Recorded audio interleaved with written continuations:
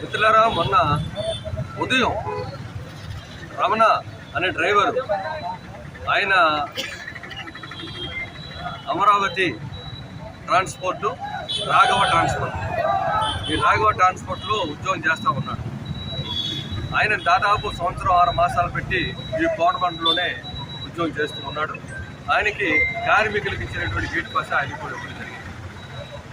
ఆయన మొన్న సాయంత్రం మధ్యాహ్నం భోజనం చేసిన తర్వాత కనబడలేని వ్యక్తిని ఈ మేనేజ్మెంట్ నిర్లక్ష్యంగా ఉన్నటువంటి సేఫ్టీ ఏదవుతుందో ఆ సేఫ్టీ లేనందువల్ల ఒక కాలువలో పడి చనిపోయాడు. ఈ జీబు కూడా దానికి చచ్చిపోయినటువంటి ప్లేస్కి దాదాపు 30 అడుగుల దూరంలో ఉంది. 30 అడుగుల దూరంలో ఉన్నటువంటి జీబుని ఈ డ్రైవర్ ఏవేయాడు అనేటువంటిది వీళ్ళు పరిశోధన చేసి ఎక్కడికి వెళ్ళాడు, ఏడు సంగతి అనేటువంటి చుట్టుపక్కల వెలికి ఆ నెలికినటువంటి ప్రదేశాన్ని వాళ్ళు ఐడెంటిఫై చేయడంలో అంటే మేనేజ్మెంట్ ఒక నిర్లక్ష్యం. రాత్రి 11 గంటలకి ఆ ఫ్యామిలీకి వెళ్ళి మీ ఇంటికి వచ్చాడు లేదా మీ ఆయన అని అడగడం జరిగింది. ఆ ట్రాన్స్పోర్ట్ సచ్చినారట. వాళ్ళు మా ఇంటికి బాడీ దొరికింది. పోలీస్ డిపార్ట్మెంట్ అలాగే రోడ్ మేనేజ్మెంట్ అందరూ వాళ్ళు దాంట్లో ఉన్నటువంటి లోపల ఉన్నటువంటి సీసీ కెమెరాలు ఉన్నాయి. అలాగే లోపల వాళ్ళు ఏ విధంగా అయితే వెలికారో అది బాధ్యతారీతంగా చేశారు. అంటే దాదాపు 12 గంటలు అయితే కానీ ఆ బాడీ వాళ్ళకి అందుబాటులో రాలేదు. వచ్చిన తర్వాత కూడా వాళ్ళ ఫ్యామిలీకి వెళ్ళి సీఏ గారు అయితే చెప్పారు బాడీ దొరికింది కాబట్టి వాళ్ళకి ఇంటికి వెళ్ళిపోయి వాళ్ళ ఫ్యామిలీకి చెప్పి కేజీ తీసుకెళ్ళారు. వాళ్ళకి చనిపోయారని చెప్పకుండా ఆయనకి ఆరోగ్యం బాగాలేదు కేజీహెచ్కి రమ్మని చెప్పి ఆ ఫ్యామిలీని అక్కడ తీసుకెళ్ళిన తర్వాత ఆ అమ్మాయి ఆ బాడీని చూసిన తర్వాత ఆశ్చర్యపోయి ఆ అమ్మాయి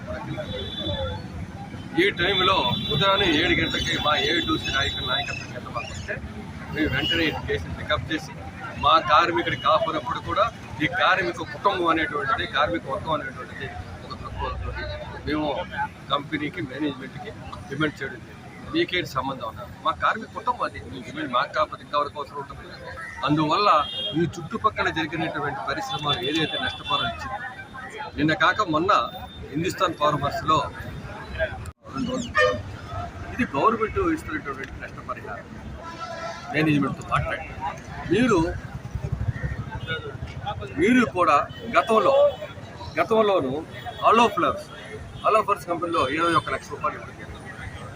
అందువల్ల మీరు ఈ పరిధిని దృష్టిలో పెట్టుకొని మీరు నష్టపరిహారం ఇవ్వడానికి మాతో నెగోషియేషన్ చేయండి, దానికి మేము అంగీకరిస్తాం. ఆ ఫిగర్ వచ్చినట్టయితేనే మేము మాట్లాడతామని చెప్పాం. మేనేజ్మెంట్ రాత్రి దాకా మాకు 6 లక్షలు ఇస్తాం, 7 లక్షలు ఇస్తాం అని 1 లక్ష రూపాయల నుంచి ప్రారంభించి 10 లక్షల దాకా వచ్చారు. సిఏ గారు దాని మీద 4 లక్షలు ఏదో వాళ్ళ చేత ఎక్స్ట్రా ఇప్పించడానికి ఏదో ప్రయత్నం చేస్తారని అన్నారు. మేము ఒకటే చెప్తున్నాం, అలో ఫ్లవర్స్లో ఏదైతే 21 లక్షల రూపాయలకి మేము సెటిల్మెంట్ చేసుకున్నాం అధికారంలో, అది చిన్న కంపెనీ అయినప్పటికీ ఆ పరిధిలోనే మీరు ఆ నష్టపరానికి ఇస్తే మా ఏఐటీసీ తరఫున మా కార్మికులు ఇచ్చే సంఘభావానికి మేము పూర్తి సహకరిస్తామని చెప్తున్నాం. మా డిమాండ్ 21 వారి కుటుంబానికి ఇవ్వాల్సిందే. అందుకంటే వాళ్ళ ఖర్చులు కాకుండా అధికంగా దానికి అధికంగా ఖర్చులు పెట్టిస్తూ దానికి సెటిల్మెంట్ కావాలి.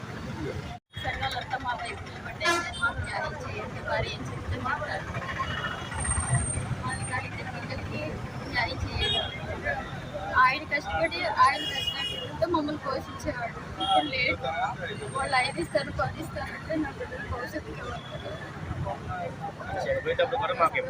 ఇన్ఫర్మేషన్ ఏమీ లేదు సార్, మాకు ఎప్పుడు చనిపోయాడో తెలియదు. ఆదివారం ఉదయం వెళ్ళాడండి, నిన్న ఉదయం వరకు మాకు చనిపోయాడన్న సంగతి తెలియదు. ఏ టైంలో ఎలా చనిపోయాడు ఏమి చెప్పలేదు సార్, చనిపోయాడని చెప్పలేదు సార్. తీసుకెళ్ళిన తర్వాత అక్కడ చనిపోయాడని